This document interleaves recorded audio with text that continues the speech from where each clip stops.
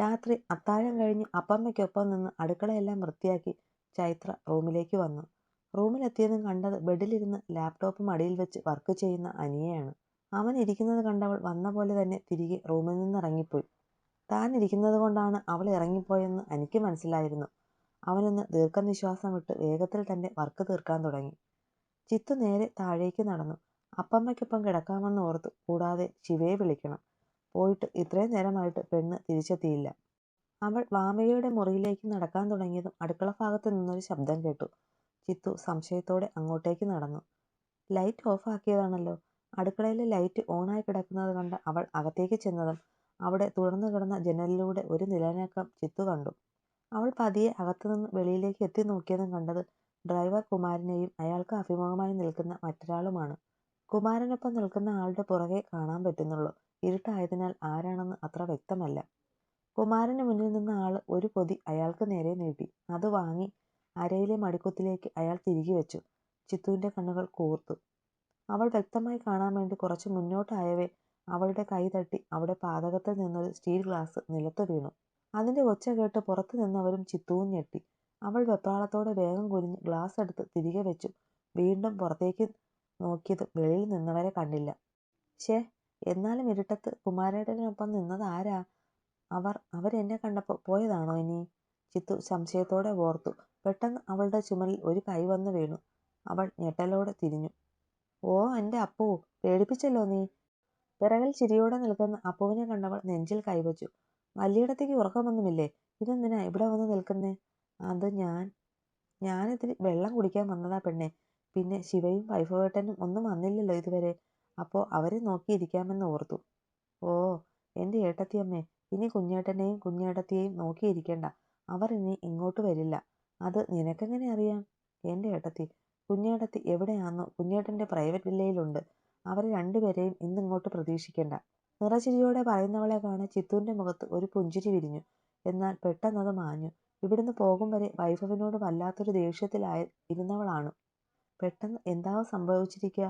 അവൾ ഓർത്തു. ആ, ഇങ്ങനെ ആലോചിച്ച് ടെൻഷനാകാതെ എന്റെ ഏട്ടത്തി, അവർ സെറ്റാകുന്നേ. അല്ല മോളെ, നീ ഇതെങ്ങനെ ഇത്ര ഉറപ്പിച്ചു പറയുന്നേ? ശിവയും വൈഭവും എവിടെയാണെന്ന് നിനക്കെങ്ങനെ അറിയാം? ചൈത്ര നെറ്റി ചുളിക്കവേ. അത് പിന്നെ, അപ്പു ഒന്ന് നാക്ക് കടിച്ചു. ഉരുളണ്ട, പറഞ്ഞോ. ചിത്തു അവളെ പിടിച്ച് കളിയോടെ തിരക്കി. അപ്പു എന്തോ പറയാൻ തുടങ്ങിയതും പെട്ടെന്നാണ് മഹേന്ദ്രൻ അങ്ങോട്ടത്തേക്ക് പാഞ്ഞു വന്നേ. ആ ചെറിയച്ഛ ഇതെവിടെ പോയതാ ഈ നേരത്ത്? വെളിയിൽ നിന്ന് അകത്തേക്ക് വന്ന മഹിയെ കണ്ട അപ്പു ചോദിച്ചു. അത് പിന്നെ ഞാൻ പെട്ടെന്ന് മുന്നിൽ ചിത്തുവിനെയും അപ്പുവിനെയും കണ്ട അയാൾ ഒന്ന് പതറി. ചിത്തുവിനത് മനസ്സിലാവുകയും ചെയ്തു. ഞാനൊന്ന് പുറത്തോട്ട് ഇറങ്ങിയതാ കുട്ടികളെ, കുറച്ച് കാറ്റ് കൊള്ളാമെന്ന് ഓർത്തു. അല്ല, സമയം ഒരുപാടായില്ലേ? നിങ്ങളൊക്കെ പോയി കിടക്ക് കേട്ടോ. ഇരുവരെയും നോക്കി തപ്പി തടഞ്ഞ് വെപ്രാളത്തിൽ പറഞ്ഞു മഹേന്ദ്രൻ വേഗം തന്റെ മുറിയിലേക്ക് കയറിപ്പോയി. അയാൾ പറഞ്ഞത് അപ്പാടെ വിശ്വസിക്കാതെ കണ്ണുകൾ കൂർപ്പിച്ചു മഹി പോയ വഴിയെ നോക്കി നിന്നു ചിത്തു. പുറത്തിപ്പോ കുമാരനൊപ്പം നടന്നത് മഹിയച്ഛനാണോ എന്നവൾക്ക് തോന്നി. പ്രതീക്ഷിക്കാതെ കിട്ടിയ അടിയിൽ മുഖം ചെറുതായി ഒരു വശത്തേക്ക് പോയെങ്കിലും ചെക്കന്റെ ചുണ്ടിന്റെ കോണിൽ ഒരു പുഞ്ചിരി പടർന്നു. അവൻ മുഖമുയർത്തി മുന്നിലേക്ക് നോക്കിയതും കണ്ടു ചുവന്നു കയറിയ മുഖവുമായി കലിച്ചു നിൽക്കുന്ന പെണ്ണിനെ. അവളിൽ ഇന്നോളം കാണാത്ത ഒരു ഭാവം. ദേഷ്യത്തിൽ അടിമുടി വിറച്ചു നിൽക്കുന്നുണ്ട് പെണ്ണ്.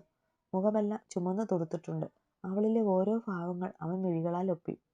അടിക്ക് പ്രതീക്ഷിച്ചത്ര ഉശിരില്ലല്ലോ പെണ്ണെ, എന്തു പറ്റി? അടി വീണ കവളൊന്ന് ചെറുതായി തടവി കുറുമ്പോടെ വൈഭവ് ചോദിച്ചു. സത്യാണോ? ആ നടാഷ പറഞ്ഞതൊക്കെ സത്യാണോ? അവനോട് അരിശത്തിൽ ചോദിച്ചു ശിവ. അറിയാം, എല്ലാം സത്യമാണെന്ന്. എങ്കിലും ഈ ഒരുവനിൽ നിന്ന് അറിയുന്ന പോലെ ആകില്ലല്ലോ. അതിനവൾ എന്താ പറഞ്ഞേ?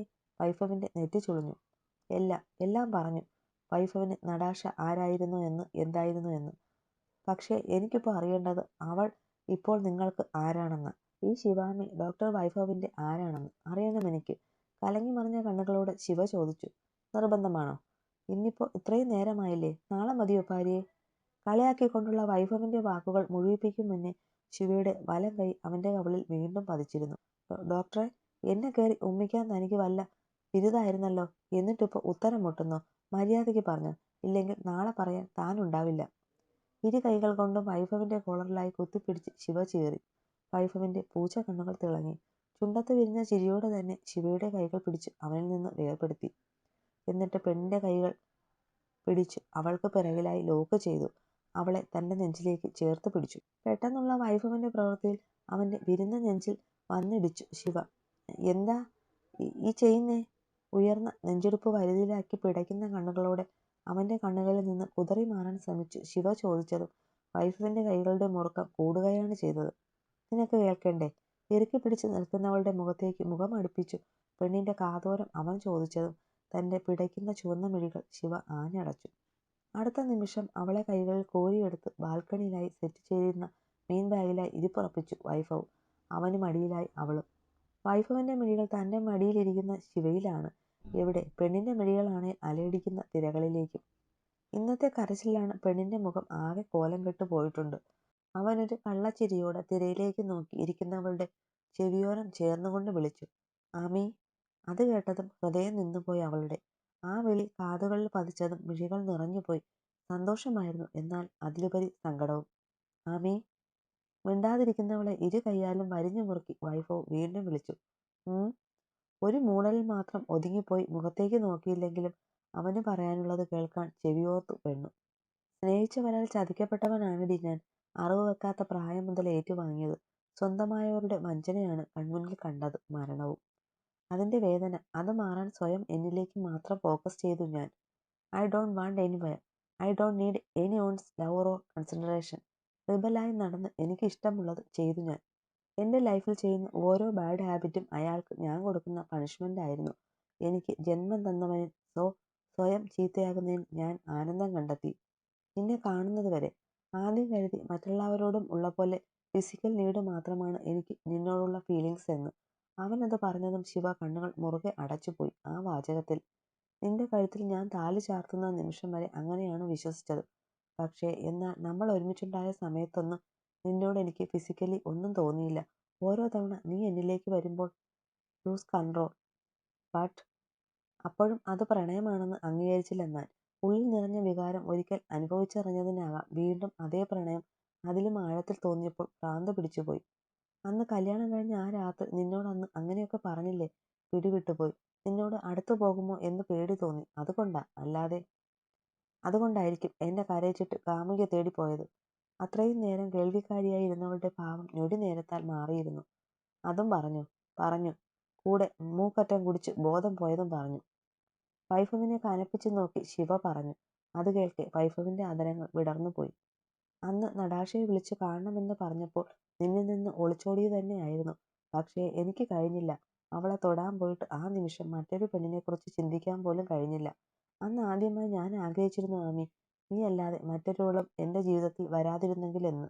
ആ ദേഷ്യവും സങ്കടവുമൊക്കെ കൂടി കൈവിട്ടുപോയി ബോധം പോകുന്നവരെ കുടിച്ചു. അന്ന് തിരിച്ചറിഞ്ഞു. പിന്നീട് ഒരിക്കലും ശിവാമിയിൽ നിന്ന് വൈഭവിന് മടങ്ങാൻ കഴിയില്ല എന്ന് ബോധ്യമായി. പക്ഷേ യോഗ്യതയുടെ കണക്കിൽ ഞാൻ തോറ്റുപോയി. ചിലപ്പോഴൊക്കെ ഞാൻ പോലും അറിയാതെ നിന്നോട് അടുക്കാൻ ശ്രമിച്ചിട്ടുണ്ട്. പക്ഷേ അതിൽ നിന്ന് എന്നെ തടഞ്ഞു നിർത്തിയത് അതേ യോഗ്യതയായിരുന്നു. ഇന്നും പൂർണ്ണ ബോധ്യമുണ്ട് നിന്നെപ്പോലൊരു പെണ്ണിന് ഞാൻ ചേരില്ലെന്ന്. എങ്കിലും മനസ്സ് ഒരുപാട് ആഗ്രഹിക്കുന്നുണ്ട് ആമി, നിന്നോടൊപ്പം ഒരു ജീവിതം. പക്ഷേ അപ്പോഴും എന്റെ യോഗ്യത എന്നത് ഒരു ക്വസ്റ്റ്യനായി തോന്നേ. വൈഭവന്റെ വാക്കുകളെ മുഴുവിപ്പിക്കാൻ വിടാതെ അടുത്ത നിമിഷം ഇരു കൈകൾ കൊണ്ടും അവളെ കോളറിൽ പിടിച്ചു തന്നിലേക്ക് വലിച്ചു. ശിവ അവന്റെ അധരങ്ങൾ കവർന്നിരുന്നു. വൈഭവിന്റെ പൂച്ചക്കണ്ണുകൾ ഒന്ന് വിടർന്നു. പെണ്ണിന്റെ പെട്ടെന്നുള്ള പ്രവൃത്തിയിൽ അവനൊന്ന് ഞെട്ടി. അപ്പോഴേക്കും അവന്റെ കിഴിച്ചുണ്ടിനെ ഒന്ന് കടിച്ചുവിട്ട് ശിവ അവളുടെ അധരങ്ങളെ അവനിൽ നിന്നൊന്ന് മോചിപ്പിച്ചു. ഞാൻ സ്നേഹിച്ചത് നിസാമിയുടെ കഥയിലെ മജ്നുവെ അല്ല, മാണിക്യമംഗലത്തെ ഈ തെമ്മാടിയെ. എനിക്ക് നിങ്ങൾ മതി. കേട്ടോടെ വൈഭവ് ഡോക്ടറെ. കോളറിൽ കുത്തിപ്പിടിച്ചു അവന്റെ പൂച്ച കണ്ണുകളിൽ നോക്കി കൂർത്ത മുഖവുമായി ശിവ പറഞ്ഞതും വൈഭവിന്റെ ചുണ്ടുകൾ തിളങ്ങി.